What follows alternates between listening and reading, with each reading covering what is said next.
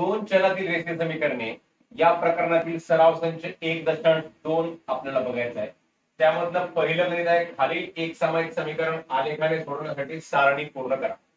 तर ही सारणी असते, ही सारणी आपल्याला आलेख काढण्यासाठी हे सारणी तयार करावी लागत असते आणि ही सारणी तयार करून या सारणीतील निर्देशांकाच्या मदतीने आपल्याला आलेख काढायचा असतो. पण प्रथमतः आपण ही सारणी कशी पूर्ण करायची हे आपण या पहिल्या गणितामध्ये अभ्यास करणार आहोत. तर पहिलं समीकरण दिलेलं आहे x अधिक y बरोबर 3 आणि दुसरं समीकरण दिलेलं आहे x वजा y बरोबर आहे 4. तर पहिल्या समीकरणामध्ये x अधिक y बरोबर 3 या समीकरणासाठी ही जी सारणी दिलेली आहे या सारणीमध्ये काही अंक दिलेले आहेत आणि काही अंक इथं रिक्त आहेत.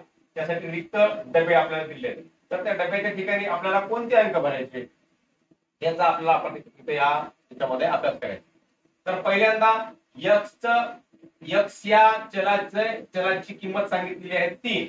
मग चलाची किंमत 3 सांगितली तर x ची किंमत जेव्हा 3 असेल तेव्हा y ची किंमत काय असेल आणि हे आपल्याला काढायचं आहे. आणि x आणि y ह्या दोन निर्देशकाची किंमत काय आहे 3,0.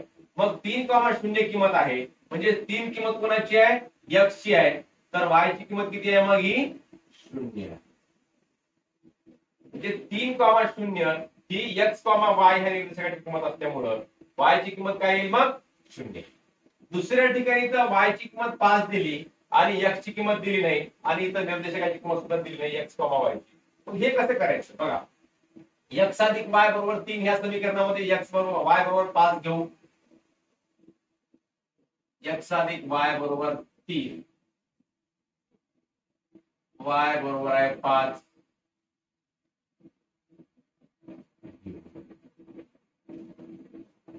x अधिक 5 बरोबर आहे 3.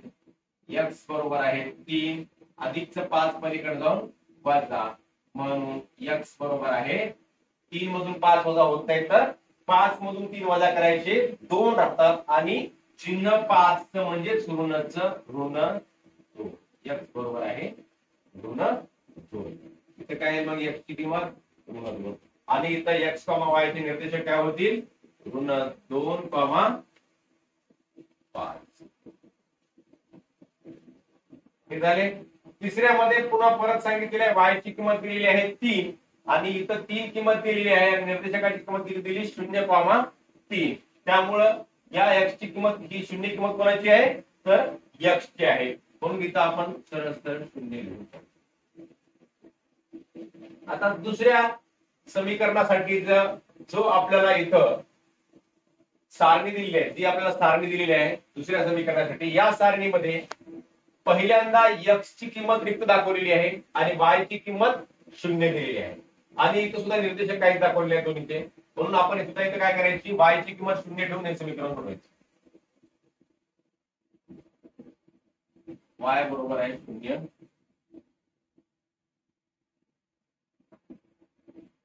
x वजा y बरोबर आहे 4.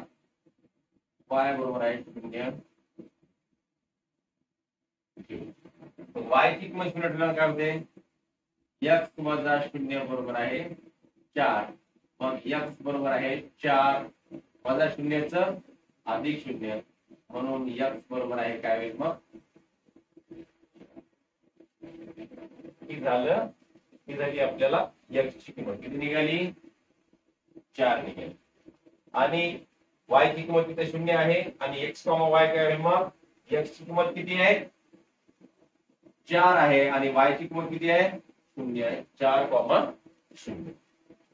दुसऱ्या गणितामध्ये काय सांगितलं दुसऱ्या प्रकारामध्ये ऋण 1 x ची किंमत आहे आणि y ची किंमत दिलेली आहे आणि इथल्या निर्देशकाची सुद्धा किंमत दिलेली आहे. तर हे दुसऱ्या प्रकारामध्ये परत गणित लिहा.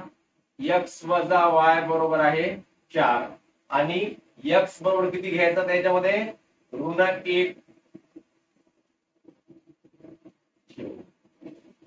मग x च्या ऐवजी काय घ्यायचं ऋण 1 वजा y बरोबर आहे 4.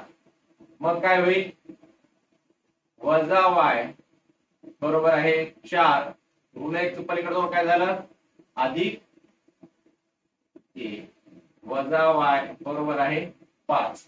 मग हे ऋण वाय आहे, पण आपल्याला किंमत कोणती पाहिजे, धन वायची पाहिजे. मग धन वायची किंमत काढायची असेल तर ह्या ऋण वायला काय करावं लागते, ऋण 1 न गुणावं लागते. ऋण 1 न समीकरणाच्या दोन्ही बाजूने गुणावं लागते. इकडचं ऋण 1 न गुणल्यानंतर ऋण 1 गुणले ऋण वाय, ऋण ऋणचा गुणाकार काय होतो, धन होतो. म्हणून इथं ऋण 1 गुणले ऋण वायचा गुणाकार धन वाय करून टाकला. म्हणजे याचं चिन्ह बदललं. या समीकरणाच्या डाव्या बाजूचे चिन्ह बदलल्यानंतर समीकरणाच्या उजव्या बाजूला सुद्धा चिन्ह बदलत असते. म्हणून वाय बरोबर आहे काय आलं मग, ऋण 5.